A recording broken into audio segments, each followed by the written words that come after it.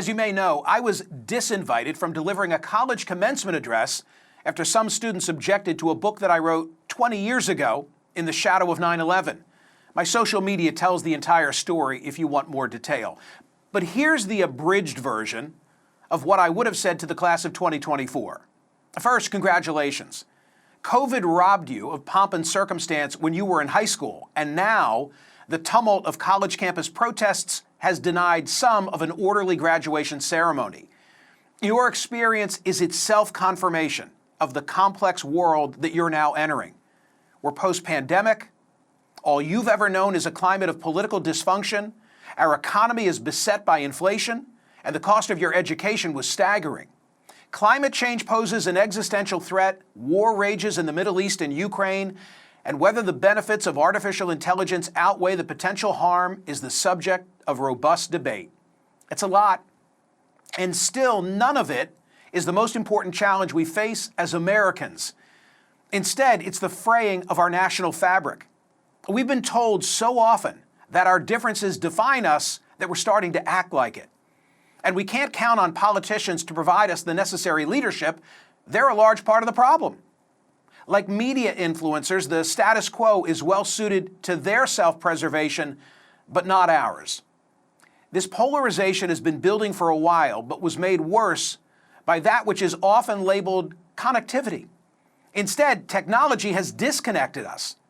Don't get me wrong, like you, I'm dependent upon Google and Uber, Waze, and OpenTable. But we're spending too much of our time staging our lives for digital sharing without experiencing them shoulder to shoulder in real time. Speaking of which, I've been a guest of Bill Maher on several occasions. You probably know that he ends each program with a pithy, often ribald commentary. Well, 2 years ago, he said something that stuck with me. He said, quote, "Our real division isn't between red and blue. It's between the people on both sides who aren't willing to mingle with Americans outside their political tribe so that they have no idea what they're really like." It's so true. As Bill Bishop noted in his book, The Big Sort, the internet has made it too easy to spend time among the like-minded and segregated from contrary opinions as well as those who hold them. What we lack most is common experience of the sort that our parents often enjoyed and our grandparents took for granted. Places where we can congregate and commune with those of diverse interests, backgrounds, and perspectives.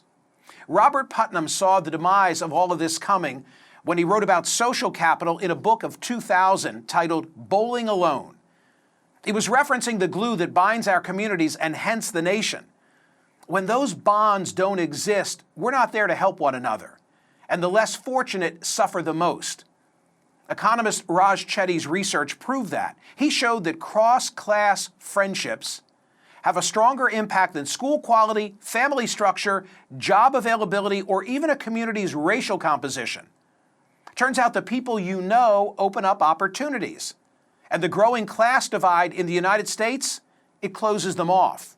All this division, enabled by technology, has been linked to an alarming spike in mental health problems faced by your generation in particular.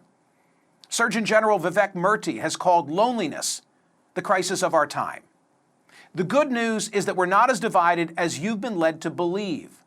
Data shows that we still hold core American values in common.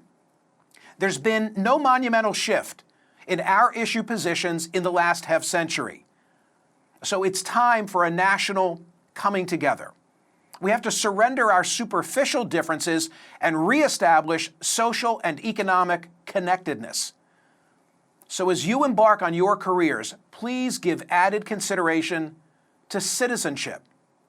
Ask yourself, how will you serve your neighborhood and your nation? Maybe it'll be volunteer work or supporting youth athletics, student exchange programs.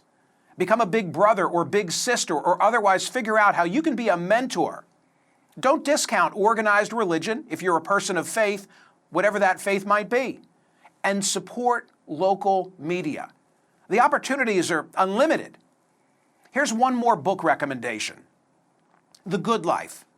It details a multi-generational study that began in 1938 and continues today. Every 2 years, the participants, they have to answer lengthy, intrusive questionnaires.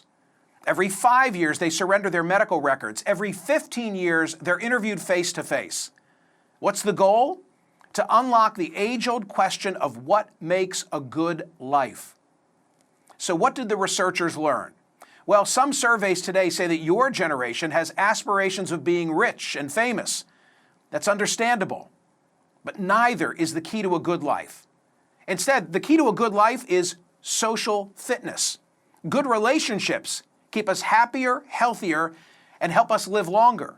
People who are most satisfied in their relationships at age 50 were the healthiest mentally and physically at age 80. Building meaningful, satisfying personal relationships, it's in your best interest and that of the nation. When we're together, we tell each other our life stories, we practice empathy, we build connections, and we strengthen our social fitness. And we build the foundation to solve the significant problems that we face as citizens. Dickinson College class of 2024 and all other graduates, go forth and mingle. Thank you.